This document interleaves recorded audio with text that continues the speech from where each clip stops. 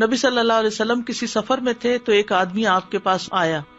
کہتا ہے کہ نبی صلی اللہ علیہ وسلم نے اس کی طرف متوجہ ہو کر فرمایا, کیا میں تمہیں قرآن کے افضل حصے کے بارے میں نہ بتاؤں؟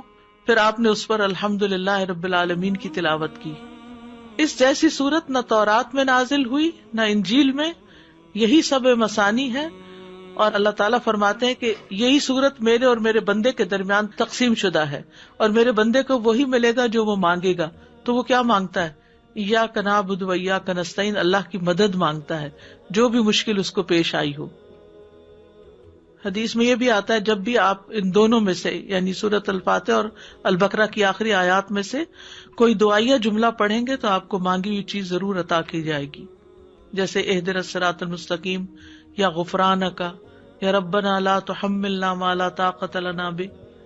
دیکھیں نا, بیمار جب ہوتا ہے انسان تو اپنے اوپر بھی بوجھ بن جاتا ہے اور دوسروں پر بھی, اور کچھ کام نہیں کر سکتا. تو اس وقت انسان جب آخری آیتیں پڑھ کے دم کرتا ہے تو کیا مطلب ہے ان کا کہ اللہ ہم سے ایسا بوجھ نہ اٹھوانا جو ہم اٹھا نہیں سکتے.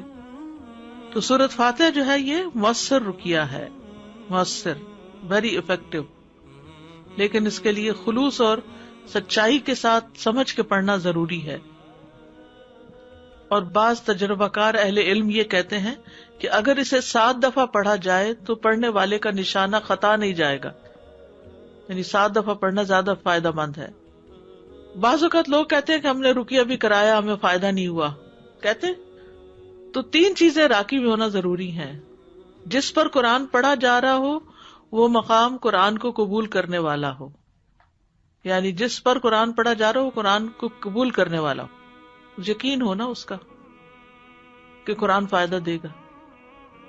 قرات کرنے والا مؤثر ہو, افیکٹو ہو قاری, اور جو پڑھا جا رہا ہے وہ بھی مؤثر ہو, یعنی اس کے مطابق ہو. تو کبھی کبھی نہیں فائدہ ہوتا تو اس کی وجہ یہ نہیں کہ قرآن میں کوئی کمی ہے, اس کی وجہ یہ ہے کہ یا تو قاری مؤثر نہیں ہوتا یا اس کا یقین پکا نہیں ہوتا, یا جس پہ پڑھا جا رہا ہے اس کو یقین نہیں ہوتا کہ اس سے مجھے کوئی فائدہ ہوگا. تو مین چیز ہے یقین.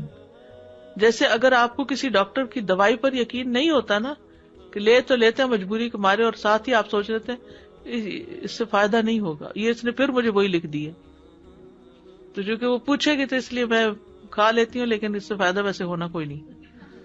تو جب آپ کے اندر یہ آ جاتا ہے نا شک, تو پھر اچھی بلی دوا یا دعا دونوں چیزیں فائدہ نہیں دیتی. پھر ایمان کی کمزوری کے ساتھ چیزیں فائدہ نہیں دیتی.